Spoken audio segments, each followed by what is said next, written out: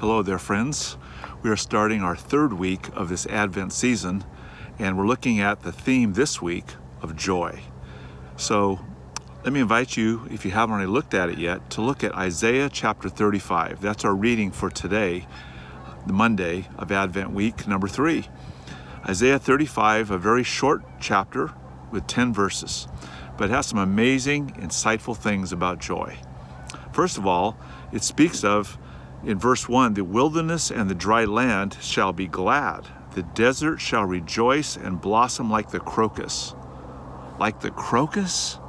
What's a crocus? You know, the first time I read this passage many years ago, I had no clue what a crocus was.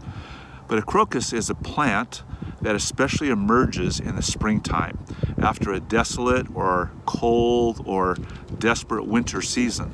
And the crocus is a beautiful plant. It buds forth, it comes out, it comes alive. And so if you've seen a crocus, you know that it can come out of hard soil, it can come out of desert soil, it can come out of snow-covered valley or even a snow-covered mountain, and bright, brilliant flowers emerge. Or of course, it can come to an open meadow and just glorious flowers and color spring forth and come alive. And that's the sense of joy in the scriptures. You see, it's something that comes forth, it bursts forth, it is abundant, it's glorious. It's not just something that is circumstantial, it's not just something that's just a happy, superficial outside thing. And so the crocus comes by something beautiful and glorious.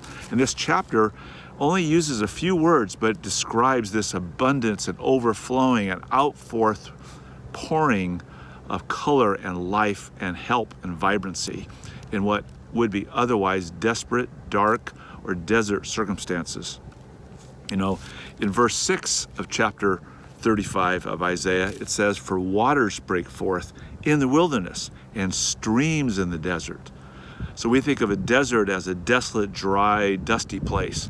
But here this idea is that waters break forth in the wilderness. They come alive, they're vibrant, and streams are in the desert. And so the burning sand, it says, shall become like a pool, and the thirsty ground springs of water.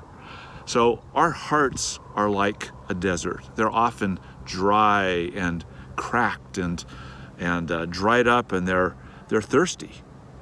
But here there's a sense of life and vibrancy that comes forth. And so when Jesus came, when Jesus offers himself to the world, those who trust in him, respond to him, come and humble themselves before him and invite him in and drink of him, they can become like this desert that once was dry, but now has streams of water and life.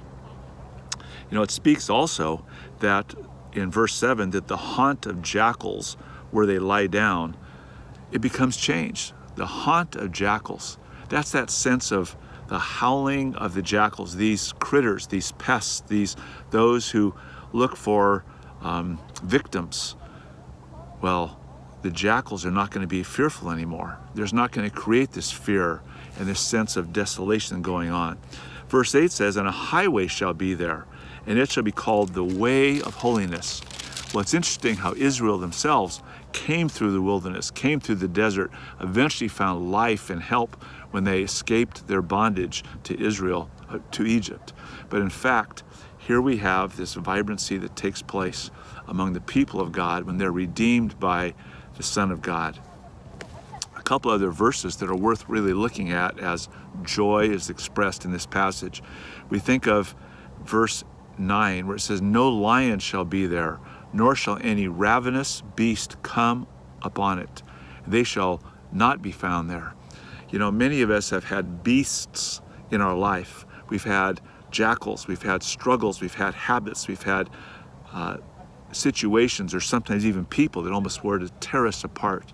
But here there's a great sense of life, new life, vibrancy that takes place because of the one who came, Jesus, the Christ, who came, and he brings joy to those of us who respond to him. But it doesn't just end right there. Many of these prophecies were from the Old Testament, but they also forecast what was going to happen someday to come. And so as we close this wonderful chapter, it says, but in verse 9, the redeemed shall walk there, and the ransomed of the Lord shall return and come to Zion with singing. There's that sense of joy, expression, abundance, vitality, help, and hope that come from within. It's not just something circumstantial or something superficial, but it's from the midst, from within. But now I especially love the closing verse of Isaiah chapter 35, as it says that it gives us a great promise to all those who pass out of this life and become a redeemed one for eternity. Many of us have experienced that close at hand with family members we love dearly, or close friends who have gone to be ahead of us. They've gone to be with the Lord. Listen to this amazing promise of joy for those who have passed from this life and been redeemed before they pass from this life.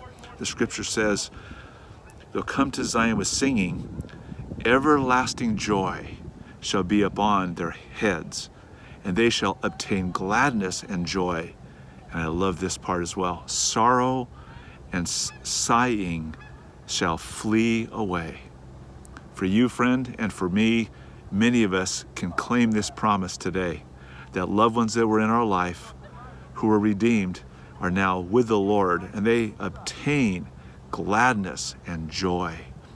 Sorrow and sighing shall flee away from them, but also from us, because we have a great assurance that those who trusted the Lord, who came and responded to this Jesus, who came and had new life from this Jesus, have a deep joy.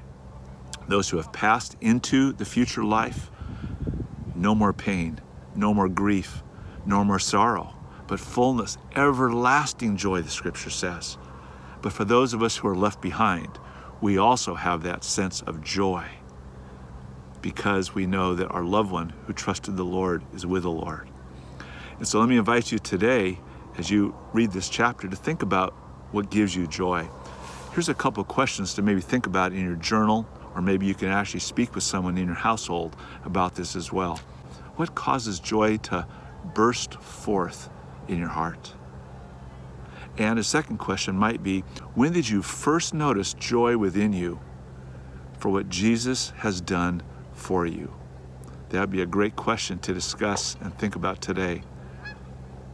I hope you enjoy this week's look at Advent as we think about the joy that Jesus brings.